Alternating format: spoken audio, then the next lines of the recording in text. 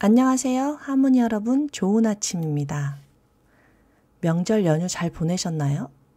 오랜만에 가족분들, 먼 친척분들 만나면서 평소 잘 느끼지 못했던 어떤 감정을 느끼시지는 않으셨나요? 훌쩍 커버린 아이들을 만나면 반가움, 대견함, 기특함을 느꼈을 수도 있고, 대화를 하다가 막히면 괘씸함, 안타까움, 답답함을 느꼈을 수도 있을 겁니다. 마음이 통하는 가족을 만나면 따뜻함, 안전함, 행복함을 느꼈을 테고, 성공한 가족을 만나면 부러움, 뿌듯함, 자랑스러움을 느꼈을 수도 있고, 마음을 건드는 가족을 만나면 얄미움, 부끄러움, 억울함, 속상함을 느꼈을 수도 있습니다. 이렇게 다양한 감정들을 통해 자신의 내면과 잘 소통하셨는지요? 왜 우리는 이렇게 다양한 감정들을 느끼는 걸까요? 감정이란 무엇일까요? 감정이란 외부의 자극이나 내면의 상태에 따라 반응하는 주관적인 느낌입니다. 감정은 몸의 상태, 마음의 상태, 환경에 따라 생기는 복합적인 현상입니다. 그래서 어떤 감정을 느끼느냐에 따라 몸의 반응이 달라지고 행동이 달라집니다. 심장이 뛰고 땀이 나고 혈압이 오르고 소화가 안 될 수도 있지만 심장이 안정되고 졸음이 오고 혈압이 가라앉고 소화가 잘 되기도 합니다. 또 감정에 따라 얼굴 표정이 바뀌고 목소리가 바뀌고 걸음걸이 등의 행동이 바뀌기도 합니다. 우리가 먹는 음식도 소화가 잘 되는 음식이 있고 소화가 어려운 음식이 있듯이 감정도 소화가 잘 되는 감정이 있고 소화가 어려운 감정이 있습니다. 예를 들어 대부분의 사람들이 보편적으로 느끼는 기쁨, 슬픔, 분노, 두려움, 놀람 등은 그 이유가 명확해서 비교적 쉽게 소화됩니다. 그러나 여러 감정이 합쳐져서 나타나는 복합 감정은 소화하기가 어렵습니다. 예를 들어서 질투, 실망, 후회, 수치심 등등이죠. 질투는 분노나 두려움, 슬픔 등이 혼합되어 있고요. 수치심은 두려움이나 슬픔, 자기 혐오가 혼합되어 있다고 합니다. 음식이 소화가 안 되면 처음에는 소화제를 먹습니다. 그러나 소화제에 의존해서 살다 보면 나중에는 소화제도 듣지를 않게 되어 고생을 하게 됩니다. 마찬가지로 감정이 소화가 안 되면 처음에는 남을 욕하게 됩니다. 내가 이런 감정을 느끼는 것은 저 사람 때문이야. 세상이 엉망이어서 그래. 등등. 그러나 아무리 자신의 감정을 남 탓, 세상 탓을 한다 한들 감정은 진정되지도 않고 상황은 바뀌지도 않습니다. 또는 자신을 탓할 수도 있습니다. 이런 감정을 느끼는 것은 내가 못나서 그래. 내가 문제야. 내 잘못이야. 등등. 역시나 아무리 자신의 탓을 한다 한들 감정은 진정되지도 않고 상황도 바뀌지 않습니다. 그렇다면 어떻게 해야 감정이 해소, 즉 소화될까요? 자신의 감정은 온전히 자신의 세계가 만들어낸 신호라는 것을 아셔야 합니다. 이 상황에서 이런 감정을 느끼는 게 맞는지 옳고 그름을 따져서는 안 됩니다. 감정은 오직 신호라는 것을 아셔야 합니다. 집안 어딘가에서 연기가 나고 있다면 그 연기가 어디서 나고 왜 나는지를 알아봐야지 연기에 옳고 그름을 따지는 사람은 없습니다. 마찬가지입니다. 감정은 감정일 뿐이므로 그 어떤 감정이든지 올라오면 무조건 수용해줘야 합니다. 아, 내가 지금 억울하구나. 아, 내가 지금 슬프구나. 아, 내가 지금 무섭구나. 아, 내가 지금 화가 나는구나. 이렇게 알아주셔야 합니다. 감정 자체를 평가해서는 안 됩니다. 억울해한다고 뭐가 달라져? 공부나 해. 슬퍼한다고 그 사람이 알아주기나 해? 밥이나 먹어. 이 상황에서 왜 무서워해? 넌 겁쟁이야. 화내지 말라고. 화는 나쁜 거야. 이런 식으로 자신에게 말해서는 안 됩니다. 감정은 알아주면 풀어집니다. 그렇게 감정을 풀어주고 나서 자신에게 질문을 던져봅니다. 나는 왜 이 상황에서 이런 감정을 느낀 걸까? 과거에 이런 감정을 또 언제 느꼈었더라? 그때의 감정과 지금의 감정은 어떻게 연결되어 있는 거지? 내가 미처 해소하지 못했던 감정이 지금 알아달라고 올라오는 것일까? 이런 식으로 자신에게 질문을 하는 겁니다. 그렇게 자신을 궁금해하다 보면 뭔가 발견하게 됩니다. 내가 무엇을 좋아하고 무엇을 힘들어하는지 비로소 조금씩 알게 되면서 자신과 연결하게 되고 자신을 사랑하게 됩니다. 그렇게 자신의 사랑과 연결하는 것이 치유의 시작입니다. 하모니 여러분, 오늘도 마음은 풀어주고 생각은 바라보며 몸은 보살피는 좋은 하루 되세요. 마생몸 청진.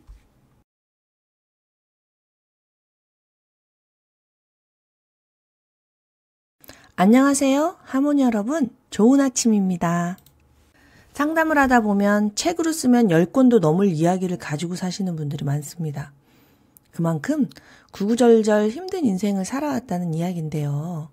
그런데 삶은 멀리서 보면 희극, 가까이서 보면 비극이라는 말도 있듯이 어떻게 바라보느냐에 따라 전혀 다른 이야기가 되기도 합니다. 얼마 전에 동창회를 갔는데 같은 일을 가지고 전혀 다르게 기억하는 친구가 서로 맞다고 우기는 것을 보았습니다. 고3 때 우리 부산 갔었잖아. 우리가 언제 부산을 가? 우리는 부산 간 적이 없어. 이렇게 옥신각신 서로의 기억이 맞다고 우기는 것을 보고 친구들이 다 같이 웃었는데요. 이런 것은 웃고 말 일이지만 만약에 내가 너 돈 빌려줬잖아. 내가 언제 너한테 돈을 빌려? 이렇게 하면 큰 싸움이 되는 거잖아요. 왜 우리는 다르게 기억하는 걸까요? 일부러 그러는 걸까요? 아닙니다. 우리가 원래 그렇게 태어났기 때문입니다. 뇌가 원래 그렇기 때문입니다. 우리의 뇌는 정보를 입력하고 기억하고 출력하는 3단계의 과정을 거칩니다. 공부를 예로 들어볼게요. 수업을 듣는 것은 정보를 입력하는 것이고요. 배운 내용을 복습하는 것은 기억하는 과정이고요. 발표를 하거나 글을 쓰는 것은 출력입니다. 그래서 공부를 잘한다는 것은 입력, 기억, 출력이 다 잘 된다는 건데요. 문제는 우리가 기억을 출력할 때 그대로 출력을 안 하고 재구성을 한다는 겁니다. 정보를 재구성하는 이 대단한 능력이 사람을 성장시키기도 하지만 기억을 왜곡시키기도 하는 겁니다. 왜냐하면 뇌는 빈틈을 싫어하기 때문이죠. 우리의 뇌는 카메라처럼 정확하지 않기 때문에 부분 기억을 할 수밖에 없는데요. 기억의 퍼즐들이 머릿속에 조각조각 돌아다니는 것을 좋아하지 않습니다.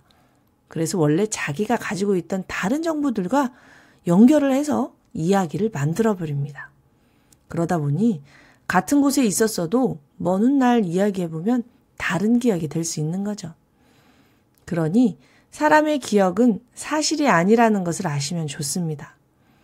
기억은 각자의 방식대로 편집되기 때문입니다. 뇌가 원래 그렇다는 것을 알면 기억이 서로 다르다고 싸울 것이 없습니다.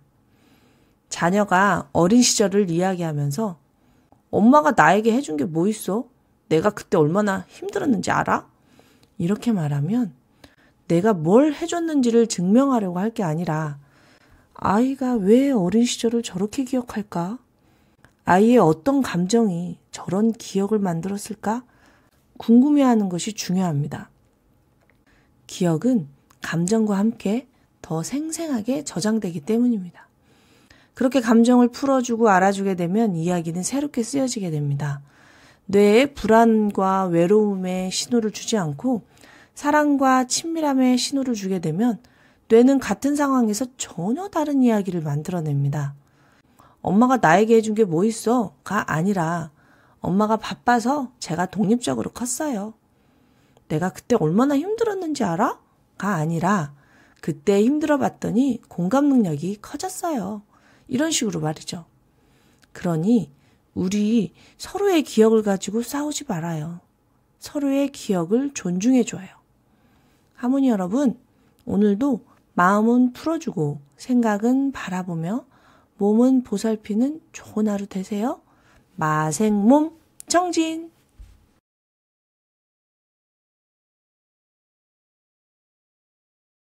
안녕하세요. 하모니 여러분, 좋은 아침입니다. 상담을 하다 보면 페리틴 수치가 높으니 철분 과잉 아니냐며 걱정하시는 분들이 종종 있습니다. 페리틴은 우리 몸이 비상시에 쓰려고 저장해 놓은 저장철의 한 형태입니다. 페리틴이 높아지는 이유가 뭘까요? 일단 우리가 먹은 철분이 어떻게 이동해서 어떻게 쓰여지는지 알아볼까요? 철분이 든 음식을 먹으면 위장관에서 흡수된 후에 트랜스페린이라는 자동차를 타고 철분이 필요한 목적지로 이동합니다. 체내 철분 상태가 정상이라면 혈액 속에 철을 실어 나르는 트랜스페린은 항상 일정하게 존재합니다. 그런데 철분이 부족해지면 평소보다 트랜스페린이 늘어나게 됩니다. 바로 우리 몸의 보상기전 때문인데요. 간에서 더 많은 트랜스페린을 생산하여 철을 최대한 효율적으로 운반하려고 합니다. 한 개의 철분이라도 놓치지 않기 위함이겠죠. 이렇듯 몸은 우리를 살리기 위해 최선을 다하고 있답니다. 철분을 필요로 하는 세포는 많지만 그 중에 제일은 역시 적혈구입니다. 적혈구는 산소를 운반하는 자동차고요. 또한 철분은 인간에게 없어서는 안 될 중요한 자원이라 우리 몸은 비상시에 대비해 간과 비장에 페리틴의 형태로 철분을 저장해 놓습니다. 만약 철분이 부족하다면 우리 몸은 적금을 깨서 생활비에 보태듯 간과 비장에 저장해 놓은 페리틴을 깨서 쓰게 됩니다. 그래서 빈혈이 있는 사람은 트랜스페린은 증가되어 있고 페리틴이 감소되어 있답니다. 그런데 철분은 우리에게만 중요한 게 아닙니다. 우리 몸에 침입한 세균에게도 필요합니다. 그래서 우리 몸은 세균에게 철분을 빼앗기지 않기 위한 시스템이 발달되어 있습니다. 참으로 정교하고 신비롭지 않나요? 감기에 걸리거나 폐렴에 걸리면 체내 염증이 증가합니다. 염증이란 우리의 면역세포가 세균을 없애기 위해 치르는 한판 전쟁인데요. 그 과정에서 사이토카인이라는 염증 물질이 많이 생겨날 수밖에 없죠.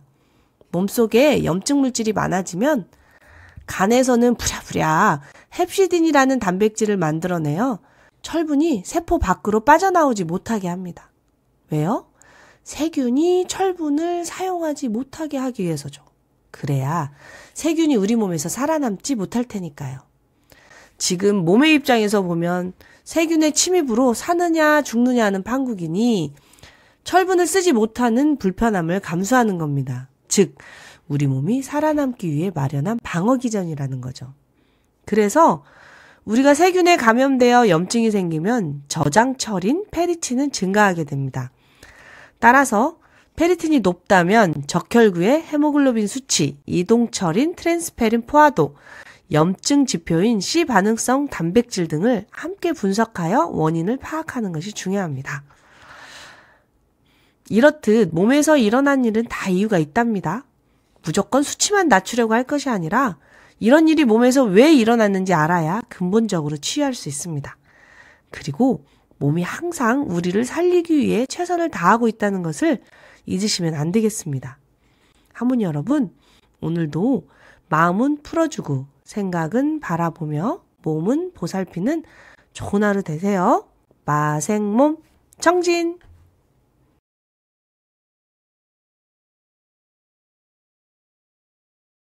안녕하세요. 하모니 여러분, 좋은 아침입니다.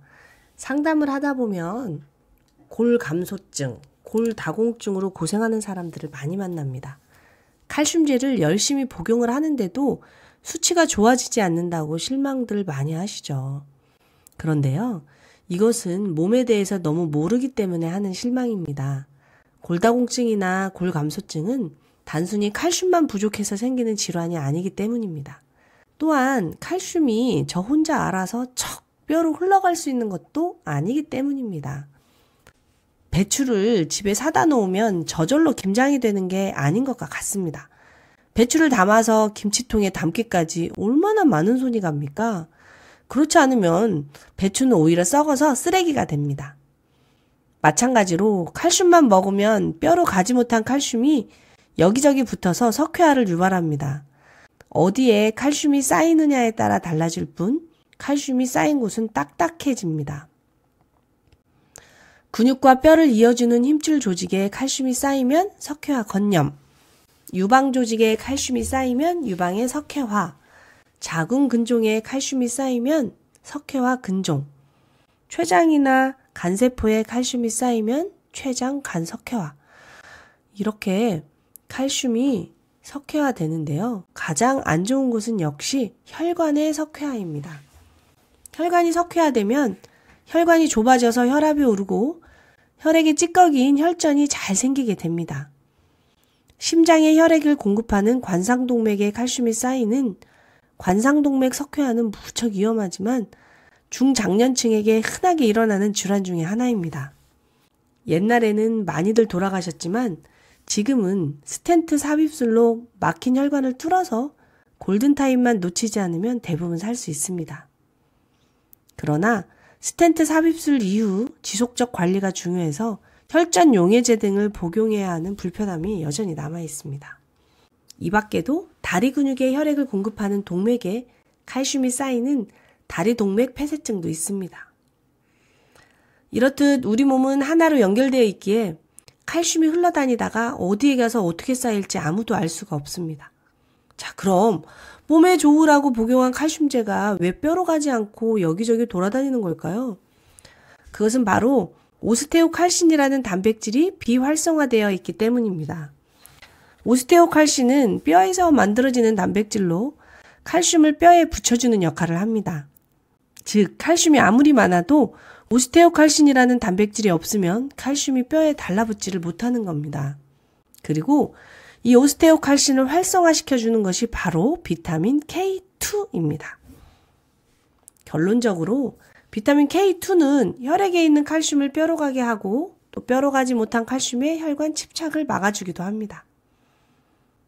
칼슘이 인간에게 중요한 이유는 우리가 움직이는 동물이기 때문인데요.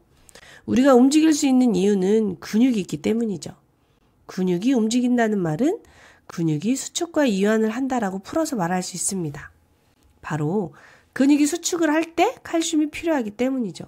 그러므로 인간은, 즉 동물은 물이 없어도 죽고 칼슘이 없어도 죽습니다. 그래서 물을 많이 잡을 수 있고 칼슘을 많이 보유한 사람이 생존에 유리합니다. 어떤 사람이요? 근육과 결합 조직이 많고 뼈가 튼튼한 사람이겠죠? 그러나 말씀드린 대로 칼슘은 지나치게 많으면 오히려 세포가 딱딱해집니다. 그래서 칼슘의 독주를 막는 마그네슘이 필요합니다. 칼슘이 근육을 수축시킨다면 반대로 마그네슘은 근육을 이완해줍니다. 즉, 칼슘과 마그네슘의 적절한 균형도 중요합니다. 결국 뼈를 튼튼하게 하는 것은 칼슘 혼자가 아닙니다. 나트륨, 칼슘, 칼륨, 인, 마그네슘, 철분, 아연, 셀레늄, 요오드, 구리, 망간 등등 다양한 미네랄의 균형이 중요합니다. 비타민 K, 비타민 D, 콜라겐 역시 너무 중요하고요. 하모니 여러분, 오늘도 마음은 풀어주고 생각은 바라보며 몸은 보살피는 좋은 하루 되세요. 마생몸 정진.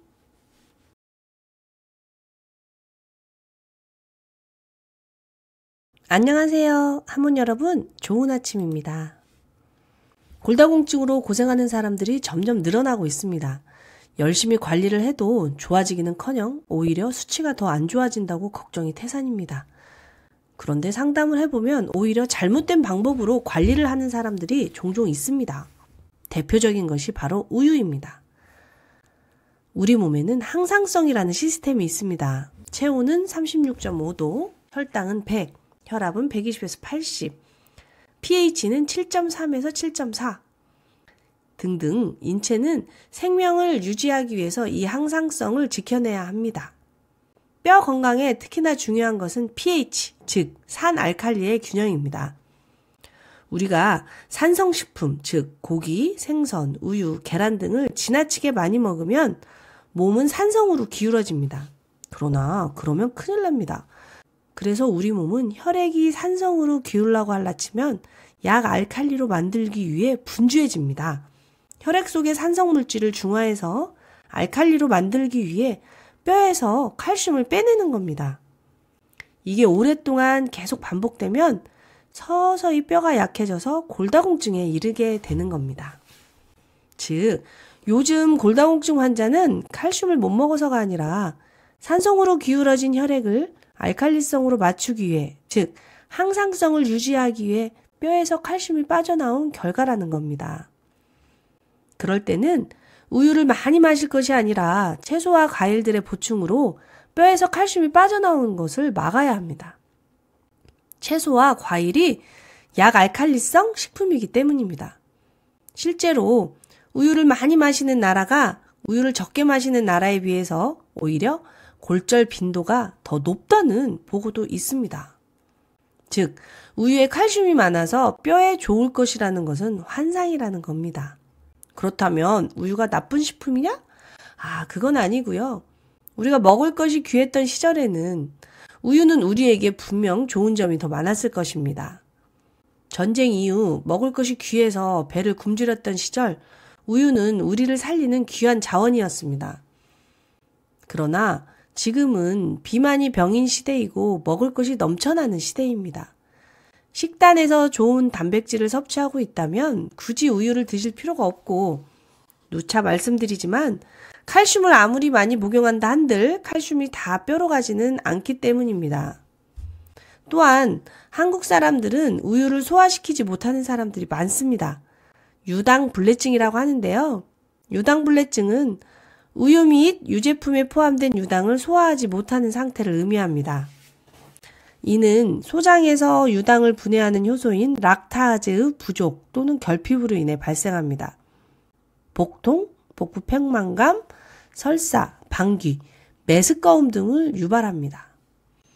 또한 우유에는 인슐린 유사 성장 인자가 들어있어서 암의 기왕력이 있는 분들은 조심해야 한다는 보고도 많습니다. 그러니 우유는 뼈를 튼튼하게 하는 매일 먹어야 하는 필수 식품이 아니라 우리가 즐길 수 있는 다양한 식재료 중에 하나인 기호식품이라고 생각합니다. 그러니 골다공증 진단을 받으셨다면 과도한 우유의 섭취는 조심해야 한답니다. 하모니 여러분, 오늘도 마음은 풀어주고 생각은 바라보며 몸은 보살피는 좋은 하루 되세요. 마생몸 정진!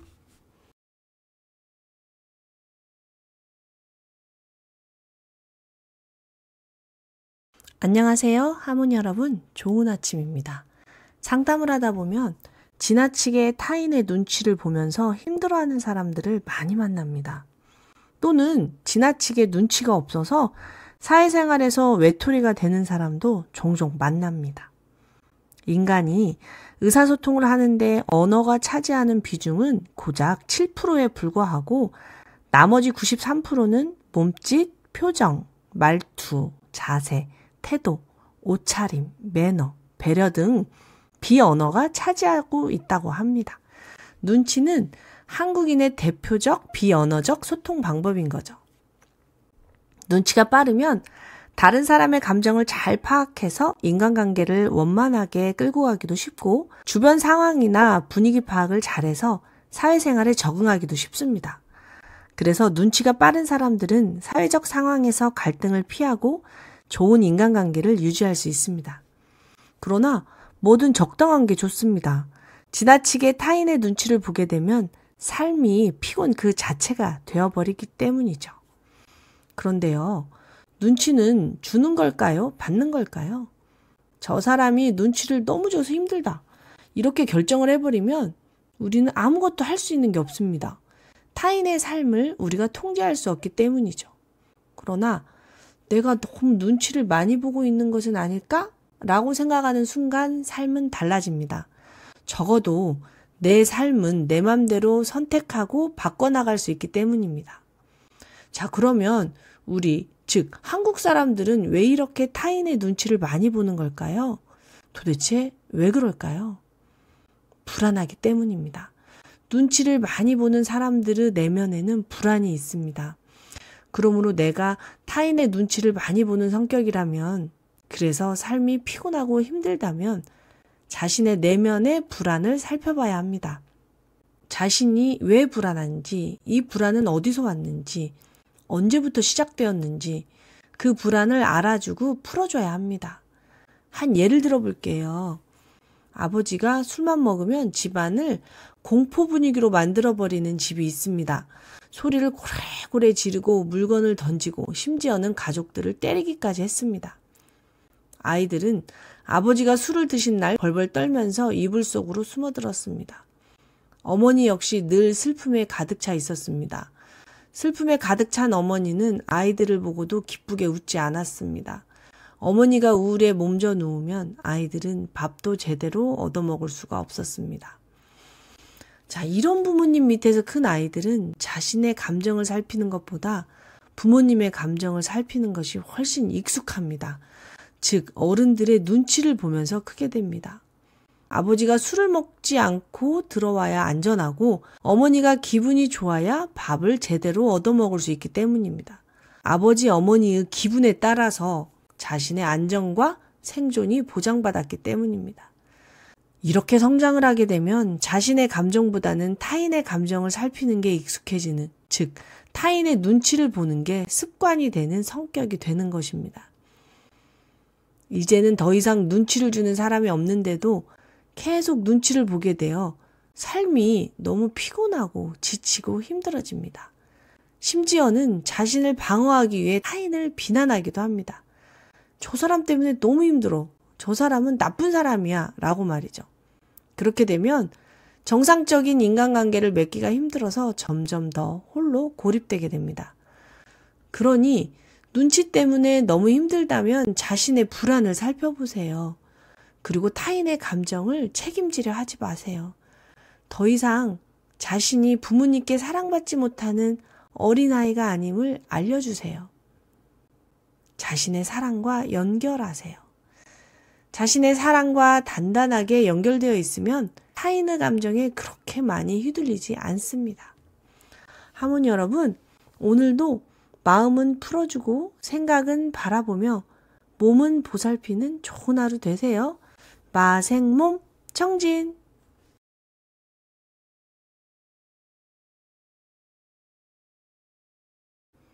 안녕하세요. 하모니 여러분, 좋은 아침입니다. 상담을 하다 보면 혈액이 부족해서 고통받는 암 환자분들을 많이 만납니다. 암 환자분들은 거의 대부분 혈액이 부족합니다. 왜 그럴까요? 적혈구가 만들어지려면 적혈구를 만드는 공장인 골수가 튼튼해야 하고 적혈구를 만드는 재료, 즉 철분, 아미노산, 엽산, 비타민 B12, 오메가3, 오메가6 등이 충분해야 하고 적혈구 생성을 촉진시키는 호르몬, 즉 신장에서 만들어주는 에리스로포이에틴이 충분해야 하는데 암 환자는 이 모든 것이 절대적으로 부족하기 때문에 혈액이 부족해질 수밖에 없습니다.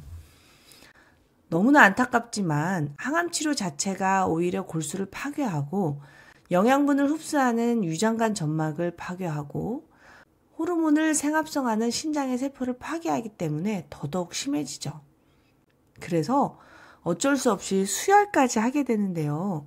암 환자의 수혈 부작용, 즉 메스꺼움, 구토, 열, 두드러기, 발진, 호흡곤란 등등 때문에 최근에는 철분 주사제를 암 환자 빈혈에 처방하고 있습니다.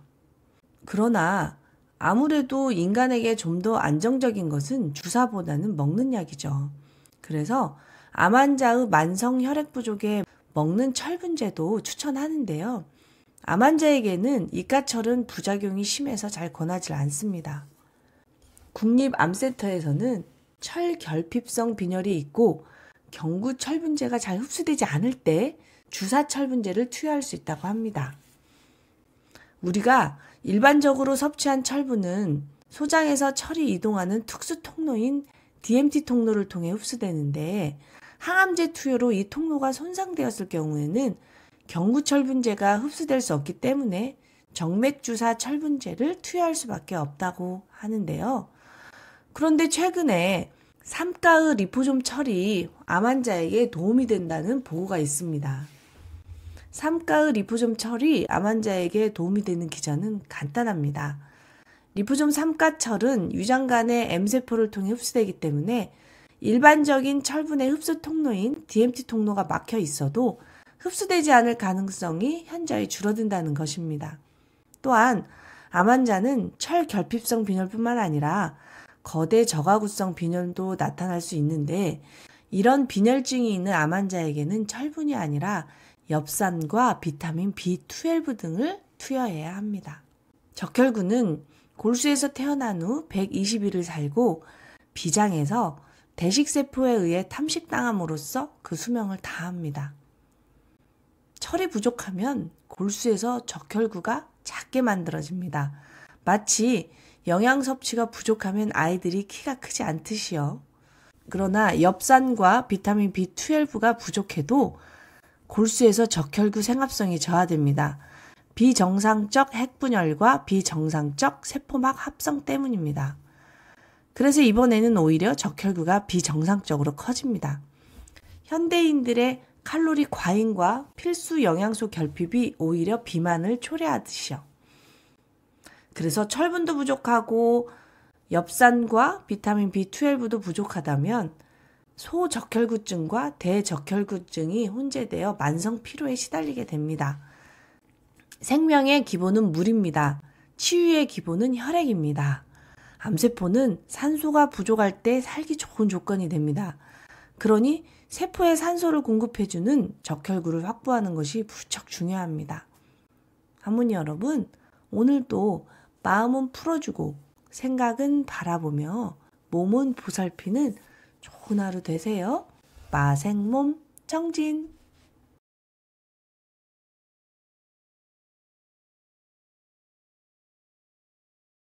안녕하세요. 할머니 여러분, 좋은 아침입니다. 상담을 하다 보면 돌발성 난청이나 이명으로 고생하는 사람들을 많이 만나게 됩니다. 돌발성 난청을 귀의 심장마비라고 표현하시는 분도 있는데요. 그래서 골든타임이 무척 중요합니다. 심장마비의 골든타임은 4분입니다. 4분 안에 혈류를 뚫어주면 환자는 뇌 손상 없이 살아날 수 있습니다. 돌발성 난청의 골든타임은 7일입니다. 치매를 일으키는 원인은 아주 많은데요. 그 중에서도 가장 큰 치매의 위험인자가 난청이라고 하니 귀 건강 잘 지켜야겠습니다. 그도 그럴 것이 대부분의 사람들은 눈이 멀기 전에 귀가 먼저 멀기 시작한다고 합니다. 자, 그럼 귀의 구조를 한번 살펴볼까요? 고막을 지나 귀 속 가장 안쪽에는 달팽이관이 있습니다.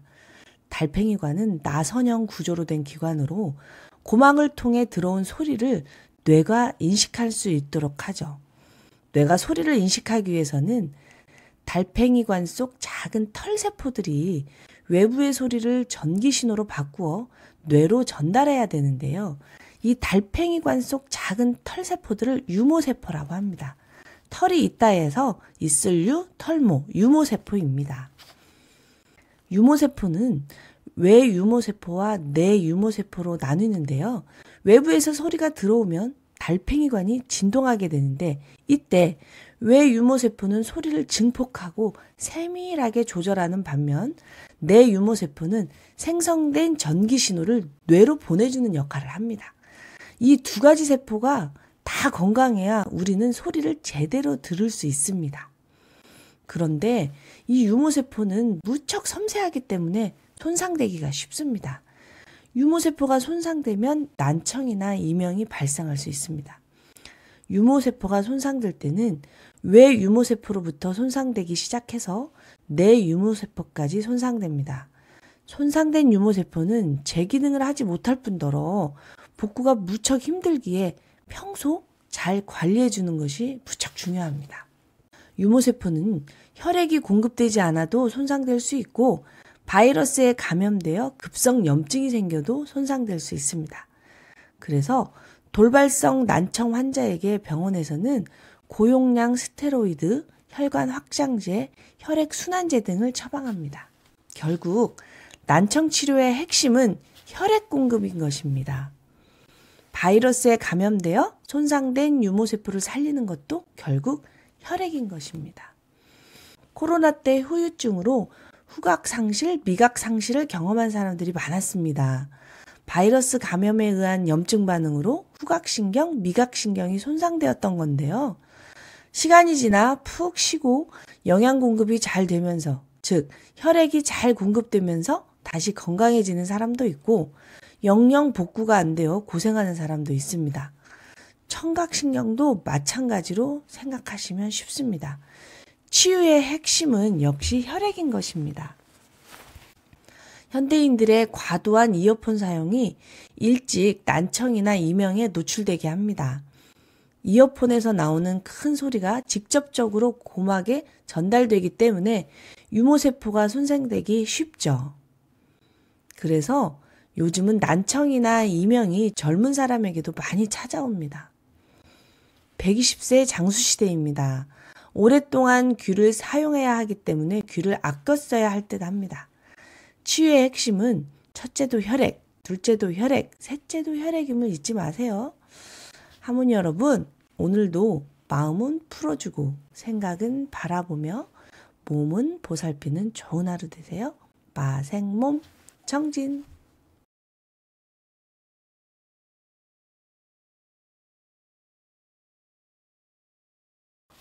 안녕하세요. 하모니 여러분, 좋은 아침입니다. 상담을 하다 보면 멀미로 고생하는 사람들을 많이 만납니다. 대중교통을 이용하지 못해서 여행 한번 제대로 못 간다고 하소연하십니다. 멀미는 뇌가 정보 처리를 잘 못해서 생긴 오류라고 생각하시면 쉽습니다. 즉, 시각 정보와 평형 정보의 괴리 때문인 거죠. 나는 가만히 앉아 있는데, 즉 의자만 보고 있는데 자꾸 몸이 흔들흔들 하면서 움직이니까 뇌에서 혼선이 발생하는 거죠. 그래서 움직임을 예측할 수 있는 입장에서는 멀미가 훨씬 덜합니다. 차라리 운전을 하게 되면 멀미를 안 한다는 거죠. 운전자는 무의식적으로 차를 몸의 연장선으로 생각하기 때문에 운전에 집중을 하고 있으면 앞으로 상황이 예측 가능하기에, 즉 비교적 정확한 정보를 뇌에 줄 수 있기에 멀미를 하지 않습니다. 멀미, 즉 메숙거움과 구토가 발생하는 이유는 위장에 연결된 부교감 신경이 과다하게 흥분하면서 아세틸콜린과 히스타민이라는 물질이 지나치게 많이 나오기 때문입니다.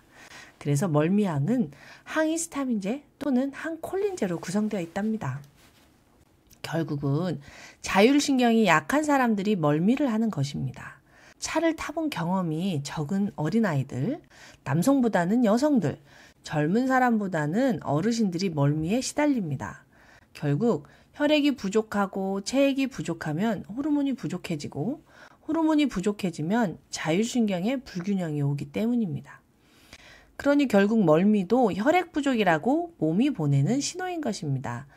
그래서 저는 멀미에 시달리시는 분들께 자꾸 멀미약을 드시기보다는 혈액 부족의 신호를 알아차리고 혈액과 체액을 채우라고 조언해 드린답니다.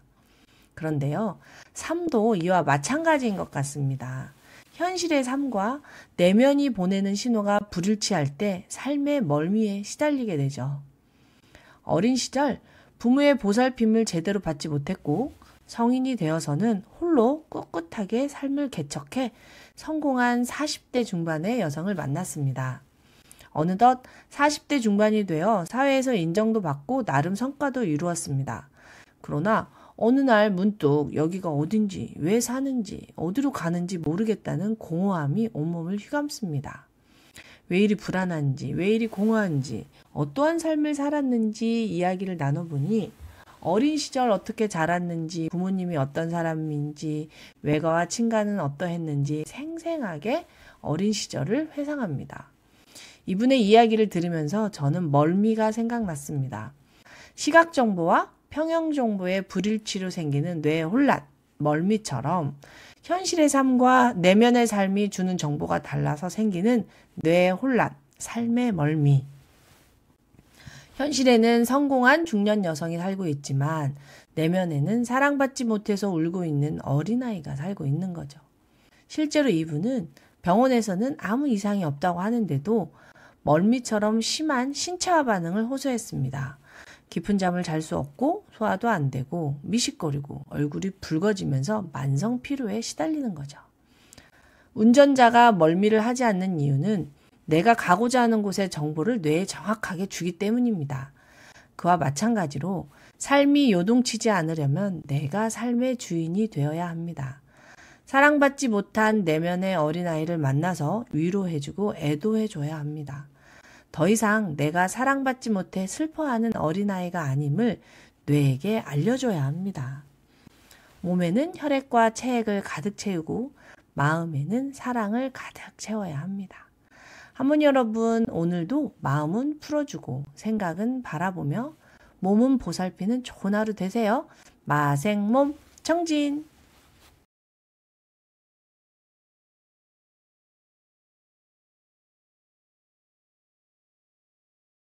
안녕하세요. 할머니 여러분, 좋은 아침입니다.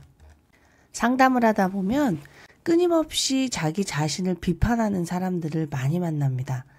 타인에게 받는 상처보다 스스로가 스스로에게 주는 상처가 더 크다는 것을 모르기에 벌어지는 대참사입니다. 제대로 하는 게 아무것도 없군. 넌 게을러. 으이그 이 바보야. 내가 그럴 줄 알았다. 넌 아무것도 몰라. 그때 왜 그랬니? 하지마. 거절당하면 어떡해. 넌 겁쟁이야. 넌 아직 멀었어. 등등. 여러분의 내면에서는 어떤 목소리가 들리나요? 저런 목소리가 자주 들린다면 우리는 삶의 주인으로 살기가 힘듭니다. 내면의 비판자를 당장 내쫓아야 하겠습니다. 그러나 평생을 함께 살았기에 금방 헤어지기는 힘들겠죠? 그러나 알고 사는 것하고 모르고 사는 것하고는 천지 차이이므로 이제부터 자신의 내면을 잘 살펴봐야 하겠습니다. 이러한 내면의 비판자가 마음속에 있으면 삶에서 일어나는 다양한 일들을 처리할 때 자신감을 잃게 만들고 원치 않는 선택을 하게 만듭니다. 그러나 솔직히 말하면 저 역시 오랫동안 내면의 비판자에게 시달렸듯이 내면의 비판자는 누구에게나 있고 모든 사람들이 경험하게 됩니다. 다만 자신이 얼마나 인식하는지, 인식 못하는지의 차이가 있습니다. 언제 어디서 내면의 비판자가 우리 마음속에 들어오게 된 걸까요? 내면의 비판자는 주로 부모님, 친구, 주변 사람들에게 들었던 말이나 드라마 또는 책에서 본 말일 가능성이 높습니다. 우리를 둘러싼 바깥 세상에서 자연스럽게 스며들어 어느새 앵무새처럼 스스로에게 하는 겁니다. 특히나 안 좋았던 어린 시절의 경험은 우리 인생에 큰 영향을 줍니다. 아무 일 없을 때보다 힘든 일을 경험할 때 내면의 비판자의 목소리는 더 커져서 부정적 감정에 휩싸이게 만들고 어느새 눈 떠보면 삶의 늪에 빠져있게 됩니다. 내면의 비판자에도 완벽주의형, 자기통제형, 순종형, 죄책감형 등등 다양한 유형이 있습니다. 대부분의 사람은 한 가지 유형이 아닌 여러 유형의 내면의 비판자를 가지고 있습니다. 예를 들어 완벽주의자 유형의 사람은 무슨 일이 있어도 절대 실수하면 안 된다 라는 신념을 가지고 있어서 늘 불안합니다. 괜찮은 상황에서도 내면의 비판자는 아직도 부족한 점이 많고 게으른 사람, 바보 같은 사람이라고 비난합니다. 그래서 끊임없이 자기 자신을 혹사시키고 힘들게 합니다. 일을 할 때는 지나치게 신중하고 진지해서 일하는 즐거움을 못 느낍니다. 그러니 이제 우리는 자신을 끊임없이 꾸짖는 내면의 비판자를 내보내고 언제나 자신을 따뜻하게 바라보는 내면의 수호천사를 초대해야겠습니다. 자신의 실수를 관대하게 용서하며 실망하고 당황한 순간에도 괜찮다고 말해주는 수호천사 말입니다. 과거에 부모님께 듣지 못했던 말이라도 이제 내가 나의 수호천사가 되어 말해줘야 하겠습니다. 괜찮아. 그럴 수 있어. 지치지만 말으렴. 인생에는 실패도 없고 성공도 없어. 오직 경험만이 존재한단다. 자, 이번 일을 통해 무엇을 배웠니? 이번 일을 통해 더 많이 성숙해지겠구나. 잘하고 있어. 난 너가 자랑스러워. 자, 여러분의 마음속에는 누가 살고 있나요? 내면의 비판자와 살고 있나요? 내면의 수호천사와 살고 있나요? 할머니 여러분, 오늘도 마음은 풀어주고 생각은 바라보며 몸은 보살피는 좋은 하루 되세요. 마생몸 정진!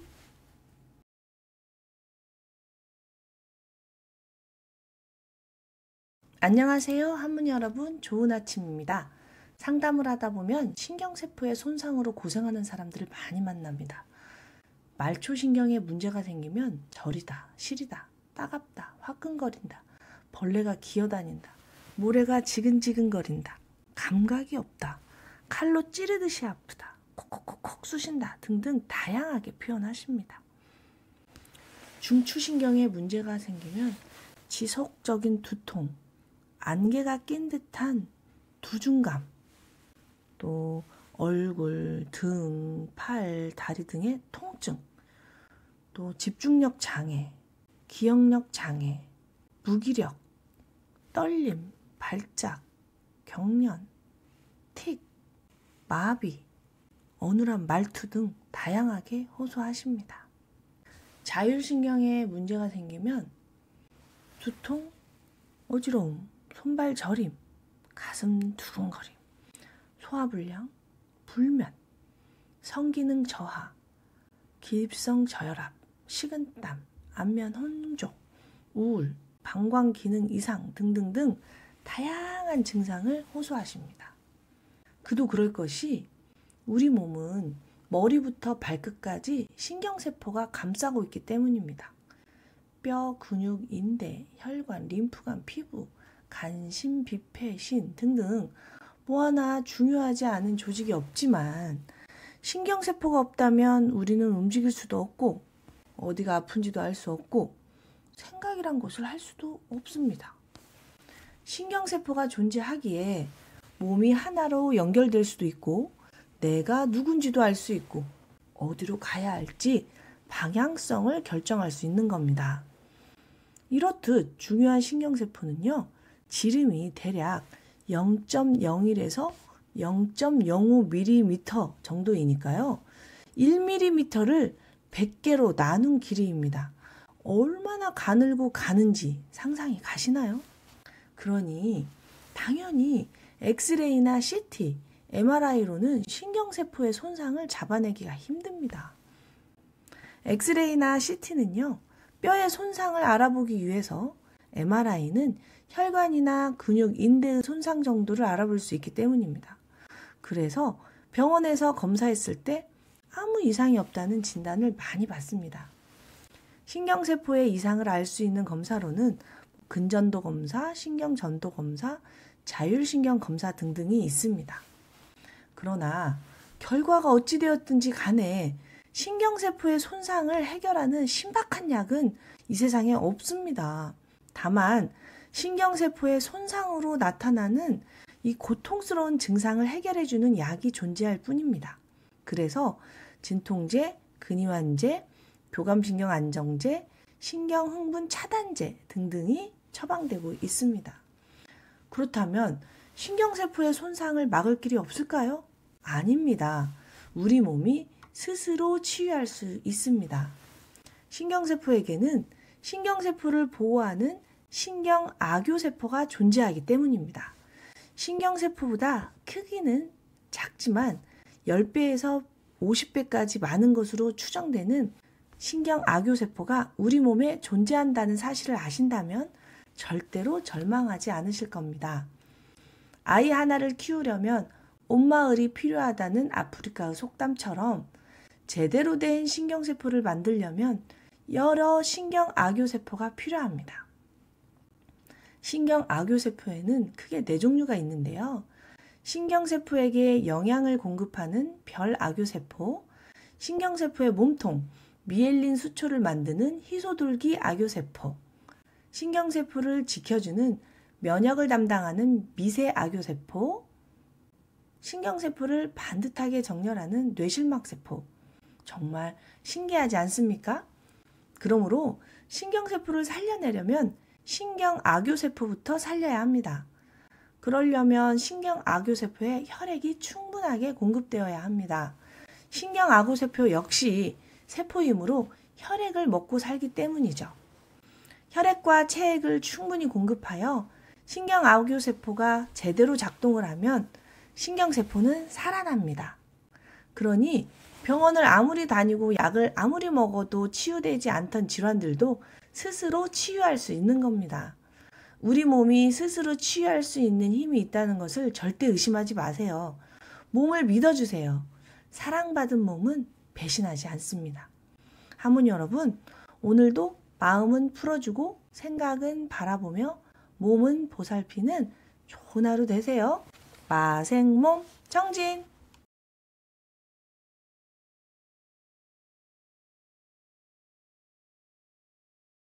안녕하세요. 하모니 여러분, 좋은 아침입니다.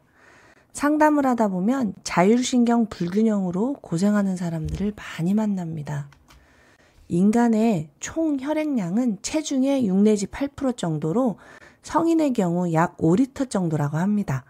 남자가 근육량이 많기 때문에 체중의 8%, 여자는 7% 정도의 혈액을 가지고 있습니다. 우리 몸은 만일의 사태에 대비해 10%, 즉 500ml 정도의 혈액을 간과 비장에 저장해 놓고 쓰는 지혜를 발휘하기도 합니다. 1000ml, 즉 20%의 혈액을 흘리게 되면 생명이 위험해지고 1500ml, 약 30% 이상의 혈액을 흘리면 생명을 잃을 수 있으니 한 방울의 피가 얼마나 소중한지 아시겠죠? 그렇기에 우리 몸은 한정된 혈액을 효율적으로 분배해서 사용하도록 자율신경이 발달되어 있습니다. 자율신경은 교감신경과 부교감신경으로 나누어지고요. 교감신경은 일할 때, 운동할 때, 스트레스 받을 때 주로 활성화됩니다. 부교감신경은 쉴 때, 밥 먹을 때, 잘 때 활성화되고요.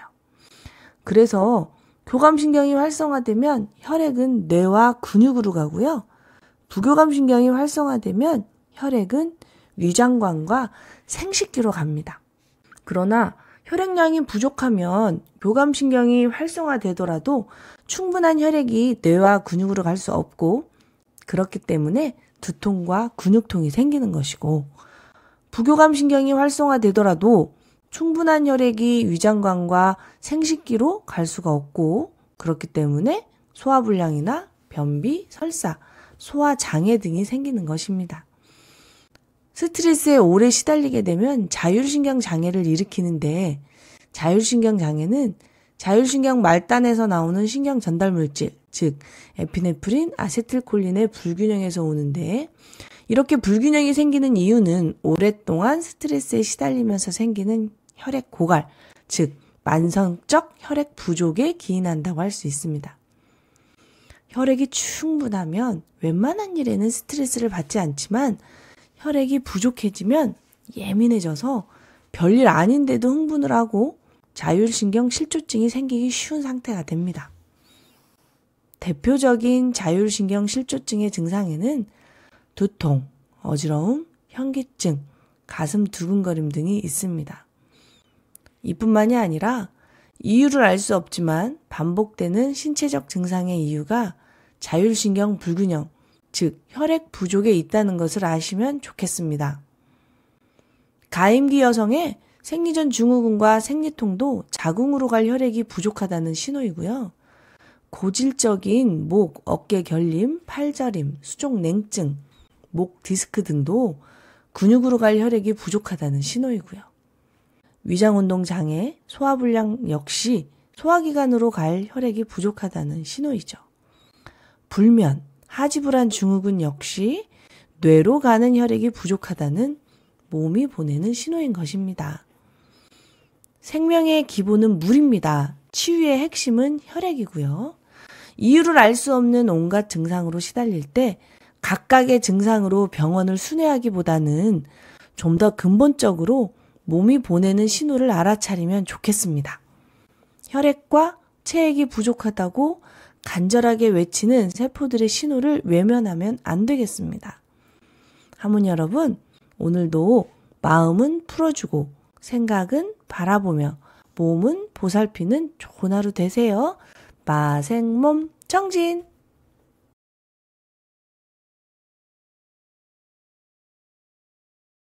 안녕하세요. 하모니 여러분, 좋은 아침입니다. 상담을 하다 보면 기생충 감염으로 고생하는 사람들을 종종 만납니다. 식생활이 개선되고 구충제가 널리 보급되었기 때문에 이제는 기생충이 거의 사라졌다고 생각하시는 분들이 많으시겠지만 결국 그렇지가 않습니다. 기생충은 다른 생물의 몸에서 영양분을 빼앗아 생활하는 무척추 동물입니다. 흔히 스스로 노력하지 않고 남에게 빌붙어서 살아가는 사람을 기생충 같다라고 말하지만 생존과 번식을 위해 기생충이 살아가는 방법을 자세히 살펴보면 상당히 영리하다는 것을 알 수 있습니다. 현대인들의 기생충 감염이 늘어나는 이유는 여러 가지가 있겠지만 반려동물, 즉 강아지와 고양이들이 늘어났기 때문이기도 합니다. 그런데 강아지나 고양이 등 반려동물로부터 기생충에 감염될 수 있다는 사실을 모르는 사람이 절반을 넘는다는 조사 결과가 나왔습니다. 이외에도 가축의 분뇨를 퇴비로 사용한 생유기농 야채, 소의 생간, 민물회 등등에서 감염이 된다고 합니다. 그러나 기생충이 꼭 나쁜 것만은 아닙니다. 실제로 세계 여러 곳에서 기생충 감염과 알레르기 질환의 수가 반비례한다는 연구 결과가 많이 보고되고 있습니다. 왜 기생충에 걸리면 알레르기가 줄어드는 걸까요? 알레르기 반응은 면역세포가 지나치게 항체, 즉 총알을 많이 만드는 것인데요. 기생충에 감염되면 면역세포가 기생충을 공격하느라 알레르기 항체를 만들 여유가 없기에 감소한다는 것입니다. 즉, 기생충이 지나치게 과민한 면역 반응을 가라앉힌다는 겁니다. 실제로 미국과 일본에서도 기생충 감염이 줄어든 1930년대 이후 장염과 크론병이 증가했다는 보고가 있다고 하고요. 우리나라도 기생충 감염률이 떨어지면서 아토피 피부염이나 천식 등 알레르기 질환이 늘어났을 수 있다는 보고도 있습니다. 그러나 기생충의 개체수가 너무 많으면 안 되기에 구충제를 복용하는 게 좋다고 생각합니다. 그래서 봄, 가을에 한 번씩 구충제를 복용하기를 권유하는데요. 구충제는 기생충에 의한 감염을 치료하는 약입니다. 구충제에는 알벤다졸, 플루벤다졸, 프라지퀀텔 등이 있는데요. 알벤다졸과 플루벤다졸은 주로 익히지 않은 채소에 의한 회충, 요충, 편충, 십이지장충 등 감염에 사용이 되고요. 프라지관텔은 어패류나 덜 익힌 육류에 의한 흡충과 조충 감염에 사용됩니다. 알벤다졸과 플루벤다졸은 약국에서 처방 없이 구입이 가능하고요. 프라지관텔은 병원 처방을 받아야 합니다. 알벤다졸, 플루벤다졸은 식후에 먹으면 흡수율이 무척 증가합니다.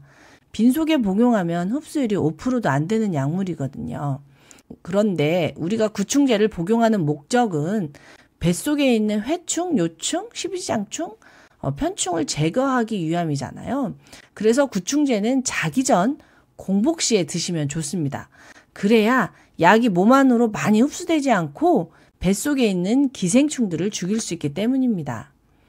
온 가족이 함께 복용하는 것을 추천드리고요. 간이 안 좋으신 분이나 임산부나 수유부는 추천하지 않습니다. 만약 식사와 함께 복용을 한다면 구충제가 몸 안으로 흡수되어 몸속에 있는 기생충들을 죽일 수 있습니다. 이미 기생충에 감염이 된 경우라면 일주일에 한 번 더 드시는 게 좋습니다. 제일 중요한 것은 외출했다 돌아오면 반드시 손을 씻는 것이랍니다. 하모니 여러분, 오늘 또 마음은 풀어주고 생각은 바라보며 몸은 보살피는 좋은 하루 되세요. 마생몸 청진.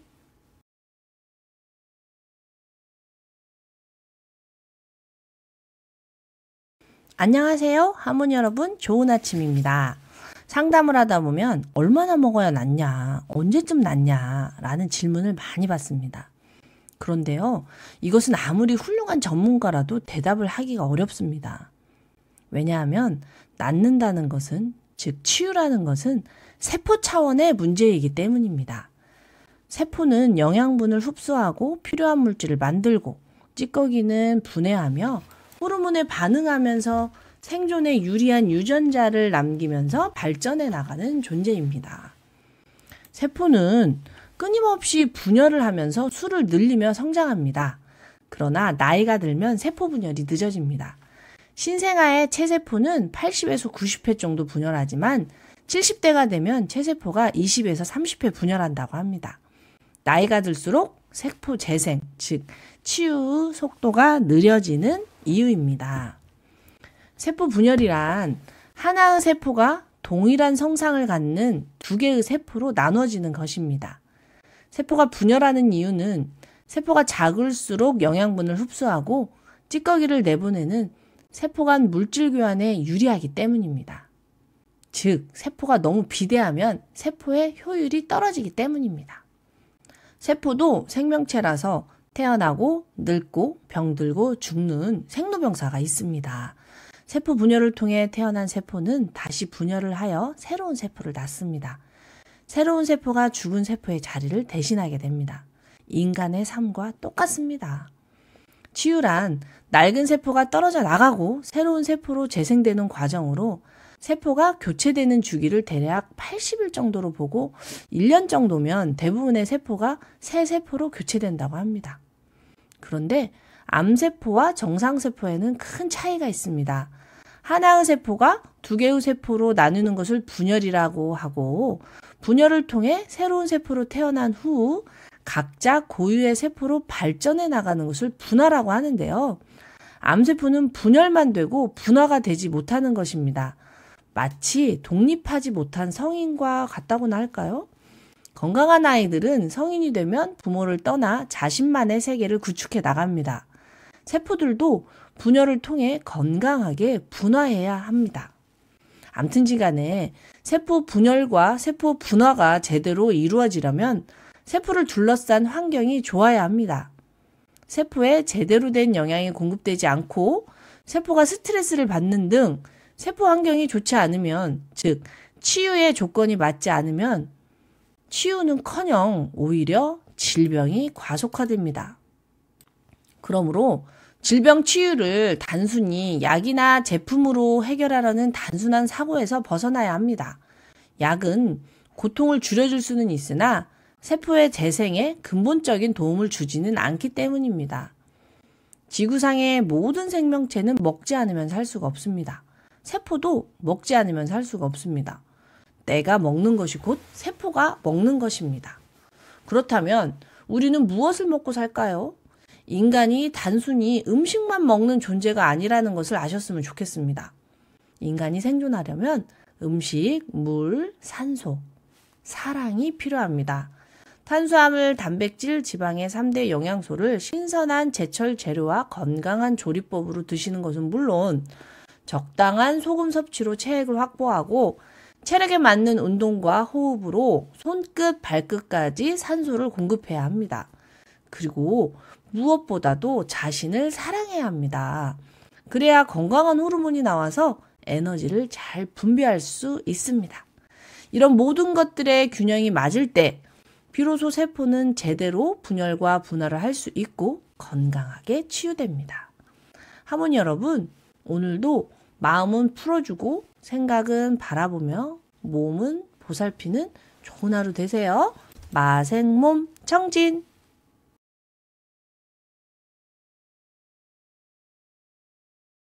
안녕하세요. 하모니 여러분, 좋은 아침입니다. 상담을 하다 보면 정말 다양한 암으로 고생하는 사람들을 많이 만납니다. 우리 몸 온몸 구석구석 온갖 곳에서 살아가는 암세포. 도대체 이 암세포들은 어떻게 살아가는 걸까요? 세포에는 골격이 있습니다. 우리가 살고 있는 집도 골격이 있어야 모양을 유지하듯이 세포도 골격이 있어야 모양을 유지할 수 있답니다. 사람으로 치면 뼈와 비슷하겠죠? 미세소관은 속이 비어있는 관 모양의 구조로서 세포의 모양을 결정할 뿐만 아니라 세포질에 있는 물질들을 이동시키기도 하고 편모와 선모를 가지고 움직이기도 한답니다. 미세소관은 식물, 동물, 일부 하등 생물 등도 다 가지고 있답니다. 즉, 암세포도 미세소관을 가지고 있고 기생충도 미세소관을 가지고 있습니다. 우리가 약국에서 손쉽게 구할 수 있는 구충제 알벤다졸은 기생충의 미세소관을 공격하여 미세소관의 생성을 방해합니다. 미세소관을 공격당한 기생충은 포도당의 흡수 및 운반이 저해되어 굶어 죽게 되는 겁니다. 그런데 암세포도 미세소관이 있습니다. 암세포가 성장과 분열을 하려면 세포 골격을 만들어야 하기에 미세소관이 당연히 필요합니다. 그래서 구충제의 항암 효과에 대한 연구가 지속되고 있고, 미세소관을 표적으로 하는 항암 약물인 미세소관 표적 치료제는 현재 임상에서 다양한 암의 치료에 활용되고 있습니다. 기생충은 미세소관을 이용해 다른 동물의 몸에서 영양분, 즉 포도당을 훔쳐갑니다. 그래서 기생충이 있는 사람은 살이 찌지가 않죠. 암세포 역시 미세소관을 이용해 세포 골격을 형성하기도 하고요. 미세소관을 이용해 다른 세포에서 영양분이나 필요한 것을 훔쳐오기도 합니다. 이런 것들을 보면 기생충이나 암세포도 살기 위해 최선을 다하는 것을 알 수가 있습니다. 그 생존 방식에 동의할 순 없지만요. 최근 들어 이러한 암의 생존 방식이 많이 밝혀지면서 표적 항암제가 개발되어 많은 주목을 받고 있습니다. 표적 항암제는 암세포의 특정 단백질이나 유전자를 표적으로 삼아 암세포의 성장을 억제하는 치료제입니다. 즉, 암세포의 성장과 생존에 관여하는 주요 효소를 차단하거나 암세포에 영양분과 산소를 공급하는 신생혈관을 억제하여 암을 치료합니다. 표적 항암제는 기존 항암제보다 부작용이 적고 효율적이지만 약물 내성이 생길 수 있다는 단점이 있습니다. 내성이란 약물의 반복적인 복용에 의해 약효가 저하하는 현상을 말하는데요. 내성은 얼핏 보면 약의 문제인 것처럼 생각되지만 사실은 그렇지 않습니다. 모든 생명체가 살아남기 위해 진화하기 때문입니다. 암세포는 생존하기 위해 진화하며 이 과정에서 돌연변이를 획득하여 항암제나 면역 반응에 내성을 갖게 됩니다. 즉, 암세포도 진화하는 겁니다. 이렇게 암세포도 생존을 위해 열심히 살아가고 있는데 우리도 우리에게 닥친 시련을 극복하면서 좀 더 나은 사람으로 성장해야 하지 않겠습니까? 하모니 여러분, 오늘도 마음은 풀어주고 생각은 바라보며 몸은 보살피는 좋은 하루 되세요. 마생몸 청진!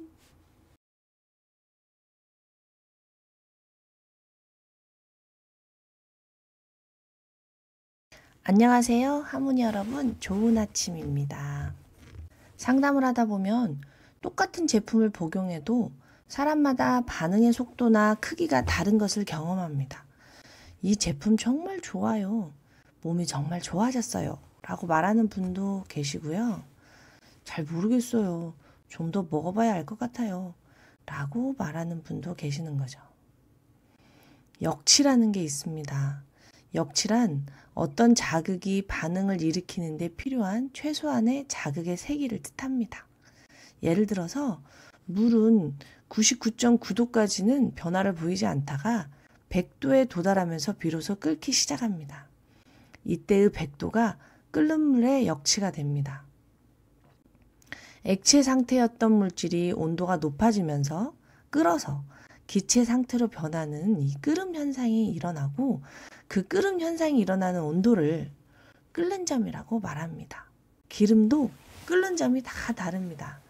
해바라기 카놀라유는 250도, 포도씨유는 220도, 콩기름은 210도, 올리브유는 180도, 들기름은 140도 이렇게 다 끓는 점의 역치가 다릅니다. 그래서 들기름으로는 튀김 요리를 하지 않는 거죠. 쉽게 말해 몸의 변화가 일어나기 위해서는 그 한계를 뛰어넘는 자극이 있어야 한다는 뜻입니다. 그 한계를 넘어설 때 비로소 몸이 변화할 수 있는 겁니다. 그러나 같은 물이라도 조건과 상황이 바뀌면 끓는 점에 도달하는 시간이 달라질 수 있습니다. 한여름에 더운 물은 빨리 끓을 수밖에 없고요. 한겨울에 얼음물은 빨리 끓지 못합니다. 또한 냄비 뚜껑을 덮어주면 물이 빨리 끓고요. 뚜껑을 열어놓으면 천천히 끓습니다. 또한 가스불을 세게 하면 물이 빨리 끓고요. 가스불이 약하면 천천히 끓습니다. 이렇게 단순한 물도 조건과 상황에 따라 끓는 점의 역치가 달라지는데 사람 몸이 변화하는 치유의 역치는 말해 무엇하겠습니까? 그러니 빨리 질병에서 벗어나고 싶다면 치유의 역시에 잘 도달할 수 있도록 조건과 상황을 잘 만들어 주셔야 합니다. 치유의 역시에 잘 도달하려면 혈액과 체액이 채워지고 자율신경이 안정되고 호르몬이 잘 만들어져야 합니다. 그러니 지치지 말고 포기하지 말고 정진해야 합니다. 마음도 마찬가지입니다. 살다 보면 쉽게 짜증이 나고 화가 나고 우울해지는 등 감정 조절이 안 될 때가 있습니다. 그럴 때 감정의 역치를 살펴봅니다. 내가 왜 이렇게 부정적 감정에 쉽게 노출되는지 살펴보는 겁니다. 물이 빨리 끓고 늦게 끓는데 이유가 있듯이 사람의 감정도 빨리 끓어오르는데 이유가 있는 것입니다. 물을 서서히 끓게 하고 싶으면 뚜껑을 열고 불을 줄이면 되듯이 감정도 서서히 끓게 하고 싶다면, 평정심을 찾고 싶다면 잠깐 멈춘 모드로 알아차리기에 들어가면 됩니다. 호흡을 알아차리고 생각을 알아차리고 몸의 에너지를 알아차립니다. 그렇게 하다 보면 치유의 역시에 빨리 도달할 수 있습니다. 하모니 여러분, 오늘 또 마음은 풀어주고 생각은 바라보며 몸은 보살피는 좋은 하루 되세요. 마생몸 정진!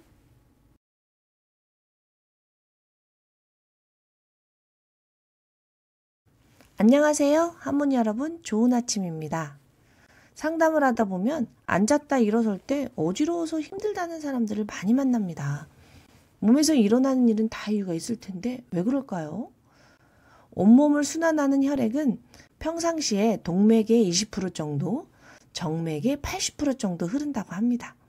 즉, 정맥은 순환을 하기도 하지만 동시에 혈액의 저장고 역할도 하는 거죠. 우리는 중력의 지배를 받습니다. 사과가 나무에서 저절로 떨어질지언정 땅에서 나무로 저절로 올라갈 수 없는 이유는 중력 때문이죠. 만약 땅에서 나무 위로 사과를 던지려면 중력보다 더 큰 힘이 작용해야 합니다. 마찬가지로 우리의 혈액도 심장에서 발끝으로 흐르지 심장에서 머리로는 저절로 가지 않습니다. 어떤 힘이 있어야 머리로 혈액이 갈 수 있습니다. 그 힘이 바로 혈압입니다. 혈압이 존재하는 이유는 중력 때문입니다. 중력을 거슬러서 뇌로 혈액을 보내야 하기에 혈압이 존재하는 겁니다. 그래서 앉았다가 일어설 때는 혈압이 일시적으로 상승해야 합니다. 그래야 정맥에 있던 혈액을 심장으로 보내 뇌까지 보낼 수 있는 겁니다. 정맥에 존재하던 혈액을 심장으로 보내고 심장에 도달한 혈액을 뇌로 보내려면 에피네프린이라는 호르몬이 필요합니다. 이 호르몬은 부신에서 만들어집니다.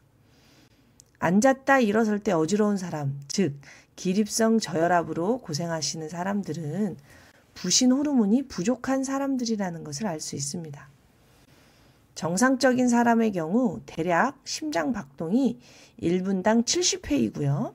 박출량이 70ml이기 때문에 1분당 약 5리터의 혈액이 심장에서 뿜어져 나온다고 할 수 있습니다. 뇌는 우리 체중의 2%에 불과하지만 심박출량의 12에서 20%에 해당하는 혈액을 공급받고 있고요. 즉, 뇌로 혈액이 올라가려면 적어도 500ml 정도의 혈액이 정맥에 있어야 한다는 겁니다. 그렇다면 앉았다 일어설 때 어지러운 사람들은 뇌에 500ml 정도의 혈액이 가지 못한다는 이야기입니다. 뇌로 혈액이 올라가지 못하면 몸으로서는 생존의 위협입니다. 뇌사 상태에 빠질 수 있기 때문이죠. 다리에 있는 혈액이 올라오지 못하면 심장은 필사적으로 상반신에 있는 혈액이라도 쥐어짜게 됩니다. 어떻게 해서든 뇌에 혈액을 공급하여 몸을 살려내기 위해 최선을 다하는 겁니다. 다리에 있는 혈액을 심장까지 퍼 올리려면 에피네프린이라는 호르몬이 있어야 하는데 그게 없으니 심장 혼자서 열일을 하는 겁니다. 없는 혈액을 쥐어짜게 되니 심장은 두근거리고 몸은 가뭄 든 논바닥처럼 뜨거워지기 시작합니다. 머리가 막지 않고 두통에 시달리고 깊은 잠을 잘 수 없게 됩니다. 지속이 되면 이명이나 돌발성 난초에도 시달립니다. 안구 건조증은 덤이죠. 입도 쩍쩍 마릅니다. 결국은 혈액과 체액 부족 때문인 것입니다. 혈액이 충분해야 부신 호르몬이 만들어지고 부신 호르몬이 잘 나와야 혈액이 손끝, 발끝까지 갈 수 있기 때문입니다. 그러니 몸에서 일어나는 일을 잘 살펴보고 근본부터 차근차근 채워나가야 합니다. 부신 호르몬을 일시적으로 높여주는 보약을 아무리 먹는다 한들 그때뿐이고 오히려 혈액과 체액을 더 끌어다 쓰게 되어 질병을 가속화할 뿐입니다. 젊어서는 혈액과 체액이 충분하기에 부신 호르몬이 잘 만들어지고 아무리 흥청망청 써대도 부족한지를 잘 모릅니다. 그러나 나이가 들면 혈액과 체액이 부족해지고 부신 호르몬이 잘 만들어지질 않습니다. 고갈된 호르몬을 다시 만들려고 애를 써도 잘 만들어지지도 않고 시간도 오래 걸립니다. 그러니 호르몬을 아껴 써야 합니다. 그리고 이제는 호르몬을 쥐어짜서는 안 되고 채워야 합니다. 그래야 질병에서 자유로울 수 있고 마음껏 삶을 누릴 수 있습니다. 하모니 여러분, 오늘도 마음은 풀어주고 생각은 바라보며 몸은 보살피는 좋은 하루 되세요. 마생몸 정진!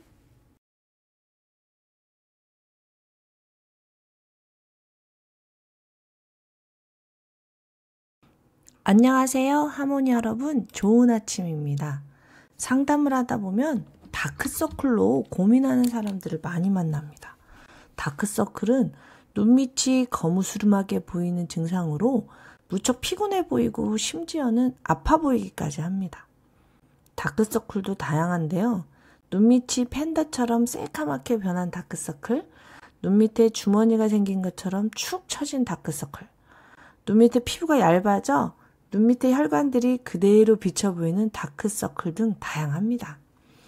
이렇게 눈밑에 다크서클이 생기는 이유는 눈 주위의 정맥에 혈액이 고이기 때문이고 눈 주위 피부가 얇기 때문입니다. 특히나 만성적으로 피곤에 시달리는 사람들이 다크서클이 더 잘 생기는데 왜 그럴까요? 만성 피로는 6개월 이상 지속되는 피로감으로 부신 기능 저하가 원인이 될 수 있습니다. 이를 부신 피로 증후군이라고도 합니다. 실제로 교감신경도 약해지고 부교감신경도 약해지는 부신 피로 증후군으로 고생하는 사람들을 정말 많이 상담하게 되는데요. 그 이유는 부신에서 교감신경을 활성화해주는 호르몬이 나오기 때문입니다. 부신에서 교감신경을 활성화해주는 호르몬이 나오질 않으면 부신의 도움 없이 교감신경을 쥐어짜서 살기 때문에 교감신경이 지나치게 예민해지고 약해지게 됩니다. 교감신경이 약해지면 부교감신경을 제어하지 못해서 부교감신경이 또 지나치게 활성화됩니다. 즉, 자율신경의 균형이 깨지게 되는 거죠. 교감신경은 혈관을 수축시키고 부교감신경은 혈관을 이완시킵니다.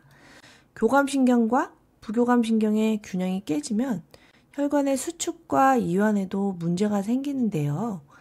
교감신경 우세형 자율신경 실조증은 혈관이 수축되어 혈액순환 장애가 올 수 있고 부교감신경 우세형 자율신경 실조증은 혈관이 이완되어 혈액이 정체되기 때문에 혈액순환 장애가 올 수 있습니다. 여기서 부교감신경 우세형이라는 말은 교감신경이 너무 약해서 부교감신경이 상대적으로 우세하다는 말입니다.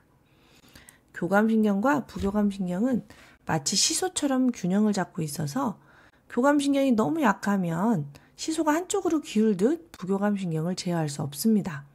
그래서 일반적으로 부신 피로란 부교감신경 우세형 자율신경 실조증에 가깝습니다.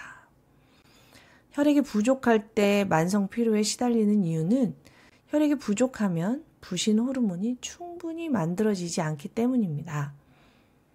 다크서클은 혈액이 부족한 상태에서 혈관이 이완되고 우열이 생기기 때문에 나타나는 증상입니다. 또한 혈액이 부족하면 피부를 구성하는 진피의 생합성 능력이 떨어져 피부도 얇아집니다. 그 얇아진 피부로 보이는 우열된 혈관의 모습이 바로 다크서클인 거죠. 그러니 다크서클도 체질이 아니라 몸이 보내는 신호인 것입니다. 그리고 다크서클은 멜라닌 색소 침착에도 관여합니다. 스트레스를 받으면 뇌에서는 살아남기 위해 부신 호르몬의 생합성을 촉진하는 부신 피질 자극 호르몬을 많이 분비하게 됩니다. 이 부신 피질 자극 호르몬이 부신 호르몬 생합성도 촉진시키고 멜라닌 합성세포의 멜라닌 생합성도 촉진시킵니다. 그렇기 때문에 멜라닌 색소가 증가합니다. 자, 부신이 약할수록 뇌에서는 부신 피질 자극 호르몬을 더 많이 만들어냅니다. 다 쓴 치약을 많이 쥐어짜는 것과 같은 이치입니다. 게다가 비염까지 있다면 다크서클은 점점 더 심해질 수밖에 없습니다. 비염 환자들은 비각 내에 혈액순환이 원활하지 않기 때문에 혈액 정체가 일어나게 되면서 헤모시데린이라고 하는 색소가 피부 밑에 침착되기 때문입니다. 그러니 혈액 부족해, 호르몬 부족해, 스트레스 심해, 비염까지 있다면 다크서클은 따놓은 당상인 것입니다. 다크서클도 몸과 마음이 보내는 신호라는 것 잊지 마세요. 한문 여러분, 오늘도 마음은 풀어주고 생각은 바라보며 몸은 보살피는 좋은 하루 되세요. 마생몸 청진!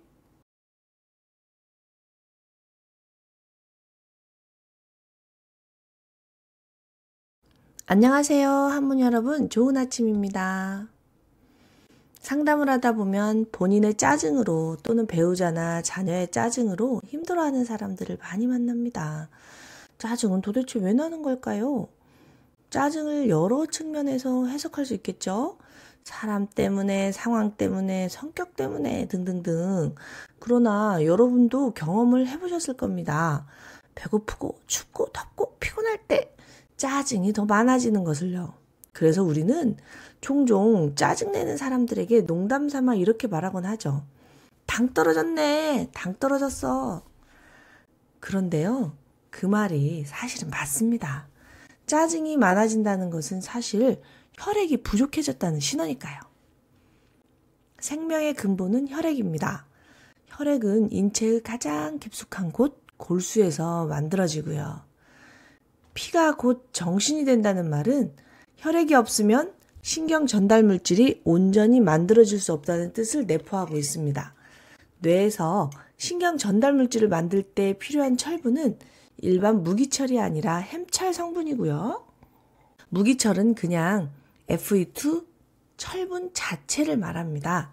일반 철분제, 즉 무기철을요, 장기간 과다 복용하면 뇌에 신경 독성을 일으켜 알츠하이머, 파킨슨과 같은 신경 퇴행성 질환과 관련이 있다는 연구들이 있습니다만 햄철은 일반 무기철과 다릅니다. 일반 무기철이 아니라 헤마토포피린을 함유하고 있는 햄철 성분은 곧바로 뇌세포로 이동해서 신경 전달 물질 생합성에 사용될 수 있습니다. 그래서 저는 혈액이 부족한 사람들의 뇌 건강을 위해 햄철을 권유하고 있습니다. 실제로 혈액과 체액을 보충하는 제품을 드시고 짜증이 많이 줄었다고 말씀하시는 이유에는 이런 몸의 원리가 숨어 있는 것입니다. 혈액이 가장 부족해지는 시기가 언제일까요? 바로 사춘기와 갱년기입니다. 사춘기에는 키 클랴, 생리할랴, 공부할랴, 친구 사귈랴. 얼마나 할 일이 많습니까? 그러니 당연히 혈액이 부족하고 짜증이 많아집니다. 갱년기 역시 마찬가지입니다. 평생 혈액을 쥐어짜고 살아왔기에 호르몬이 고갈되는 시기입니다. 호르몬은 혈액이 있어야 만들어지기 때문입니다. 혈액을 채우지 않고 호르몬만 채우면 속빈 강정입니다. 어쨌든 갱년기 하면 대표적 증상이 짜증인 이유도 이제 아시겠죠? 오죽하면 사춘기와 갱년기가 싸우면 누가 이길까? 라는 말이 나왔겠습니까? 그러나 사춘기에 혈액을 채워주지 못하면 제대로 성장하지 못하고요. 갱년기에 혈액을 채워주지 못하면 자칫하면 질병의 늪에 빠지기 쉽습니다. 게다가 빵, 과자, 청량음료, 커피, 술 등 정제 탄수화물에 편중된 현대인의 식습관은 장기적으로는 뇌의 영양 결핍을 가속화시킵니다. 그나저나 힘든 현대인의 생활을 더욱더 스트레스에 취약하게 만드는 거죠. 점점 회복 탄력성이 줄어들어 작은 일에도 움츠러듭니다. 그러니 그럴 때는 몸부터 챙기는 게 좋습니다. 뇌의 신경 전달 물질이 잘 만들어지게 하는 겁니다. 햄철과 더불어 비타민 B군, 칼슘, 마그네슘 등의 미네랄, 아미노산도 채워줍니다. 요즘 폭삭 속았수다라는 드라마가 인기인데요. 그 드라마의 주인공 역을 맡은 박보검이라는 청년이 그렇게 성격이 좋다고 하더라고요. 절대 현장에서 미소를 잃지 않고 짜증을 내지 않는데요. 박보검이 그렇게 친절할 수 있는 이유는 바로 체력이라고 합니다. 친절은 성격이 아니라 체력이라는 것 잊지 마시고 혈액과 체액을 채우고 호르몬을 지켜냅시다. 하모니 여러분, 오늘도 마음은 풀어주고 생각은 바라보며 몸은 보살피는 좋은 하루 되세요. 마생몸 청진!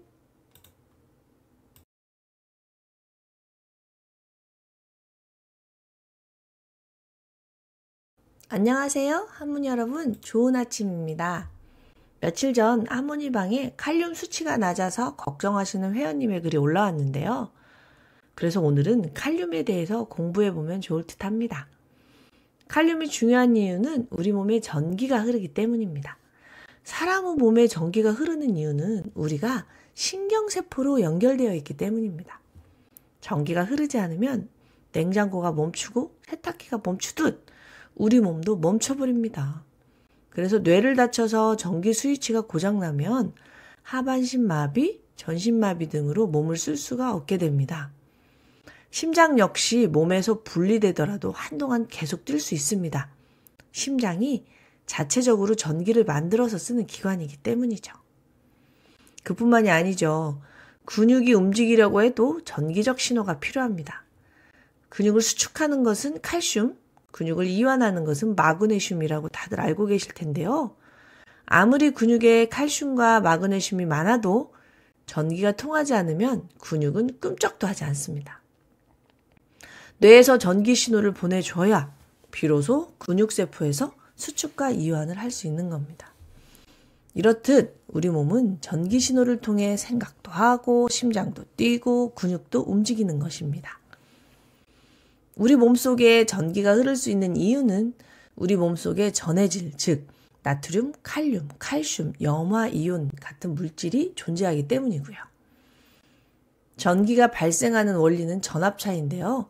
우리 몸에서 전압차를 만들어내는 주역은 바로 나트륨과 칼륨입니다. 그래서 나트륨과 칼륨의 균형이 생명에게는 무척 중요합니다. 나트륨과 칼륨의 균형이 맞지 않으면 전기가 제대로 흐르지 않아서 결국 신경세포, 심장, 근육에 문제가 생기기 때문입니다. 나트륨은 소금에서 들어오고 칼륨은 과일이나 채소를 통해서 들어옵니다. 그러나 우리가 언제 나트륨과 칼륨의 비율을 생각하면서 먹나요? 그냥 골고루 맛있게 먹으면서 살죠. 우리가 이렇게 적당히 먹어도 아무 문제가 없는 이유는 바로 신장 덕분입니다. 우리가 대충 먹어도 신장이 열일하면서 나트륨과 칼륨의 균형을 맞춰주고 있기 때문이죠. 너무 많이 들어오면 내보내고 너무 적게 들어오면 못 나가게 하는 등 지금 이 순간에도 두 개의 신장이 열심히 우리의 삶에 집중하게 도와주고 있으니 감사할 따름입니다. 그런데요, 우리가 너무 스트레스를 받으면, 즉 교감신경이 흥분하면 신경세포가 과도하게 일을 하게 됩니다. 즉 전기를 과하게 만들어낸다는 겁니다. 우리가 여름에 너무 에어컨을 과도하게 틀어대면 전기가 부족해지는 것처럼 우리 몸도 마찬가지입니다. 너무 스트레스를 받게 되면 뇌에서 과하게 전기를 만들어 쓰게 되고 그 결과 칼륨이 부족해지게 되는 겁니다. 그래서 저칼륨 혈증이 오게 됩니다.